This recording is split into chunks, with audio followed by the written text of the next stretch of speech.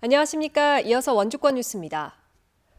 오늘 31명의 코로나19 확진자가 나오면서 도내에서 13일째 두 자릿수 확진자가 잇따라 발생하고 있습니다. 오늘 대규모 연쇄 감염이 이어지고 있는 속초에서 23명이 확진됐고 평창에서 자가격리 중에 2명이 추가됐습니다. 또 춘천에서 2명, 영월과 고성, 홍천, 동해에서 각각 1명씩 나와 모두 31명이 확진됐습니다. 어제는 속초에서 19명, 평창 2명, 홍천과 고성 각각 1명 등 23명이 양성 판정을 받았습니다. 현재 원주의 누적 확진자는 499명, 도내 누적 확진자는 2,110명입니다. 원주 지역 레미콘 노사 갈등이 격화되면서 오늘 원주에 5,000명이 운집하는 대규모 집회가 열렸습니다. 민주노총 건설노조는 오늘 원주 56개 지점에 집회 신고를 내고 전국에서 레미콘 노동자 5천여 명을 모아 원주시의 항의 집회를 진행하고 있습니다.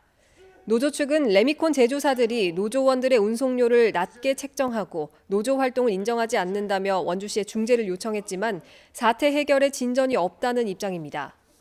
원주시는 이번 집회가 코로나19 재확산의 계기가 될 수 있다는 판단에 따라 집회 현장에 공무원을 투입해 방역수칙 준수를 유도한다는 계획입니다. 한편 강원도 경찰청은 경찰 병력 2,000명을 동원해 집회 현장에 대응하고 있습니다. 한국전력이 지역의 반대에도 동해안 신가평 송전선로 경과 대역, 즉 송전탑 설치 지역을 확정하자 횡성 지역사회가 거세게 반발하고 있습니다.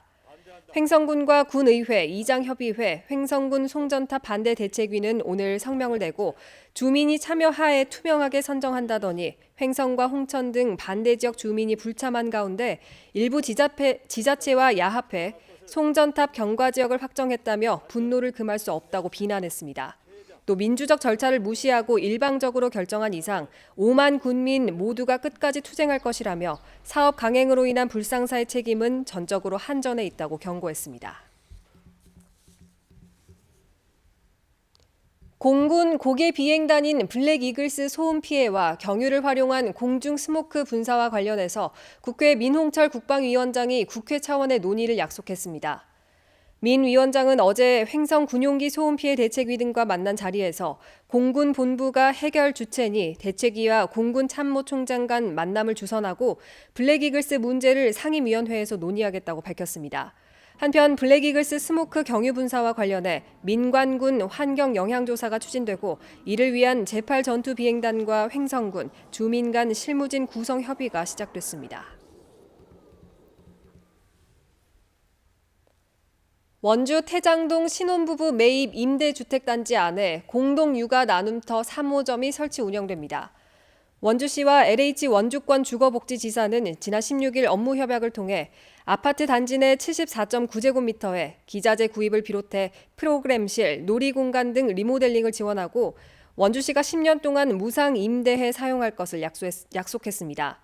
공동육아 나눔터는 부모의 양육 부담을 완화하기 위해 자녀를 함께 돌보는 열린 공동체 공간입니다. 현재 원주 판부면 가족지원센터 내 1호점과 반곡동 푸른숨 아파트 단지의 2호점이 운영되고 있습니다. 원주 DB가 2경기 연속 3자릿수 득점을 기록하며 연승 행진에 돌입했습니다. DB는 어제 홈에서 열린 인천 전자랜드와 올 시즌 마지막 맞대결에서 각종 기록을 쏟아내며 113대 79, 34점 차 대승을 거뒀습니다. DB는 전자랜드를 꺾으며 올 시즌 전구단 승리를 기록했고 시즌 최다인 3점 슛 17개를 넣은 데 이어 전반에만 61득점을 올리며 한 팀 전반 최다 득점 기록을 갈아치웠습니다. 19승 28패로 사실상 6강 진출이 어려운 DB는 오는 20일 서울 SK를 시작으로 원정 3연전에 나섭니다. 국토교통부의 스마트 챌린지 본사업 대상지로 원주와 강릉 등 전국 6개 도시가 최종 선정됐습니다. 국토교통부는 교통이나 환경, 안전 등 도시 차원의 문제를 해결하기 위한 시티 챌린지 사업 대상지로 강릉과 부산, 제주를 선정했습니다. 또 타운 챌린지 사업에는 원주와 광양, 서산시가 뽑혔습니다. 시티 챌린지 사업 대상지에는 앞으로 2년간 200억 원의 사업비가 지원되고 타운 챌린지 사업 대상지에는 1년간 40억 원 규모의 사업비가 지원될 예정입니다.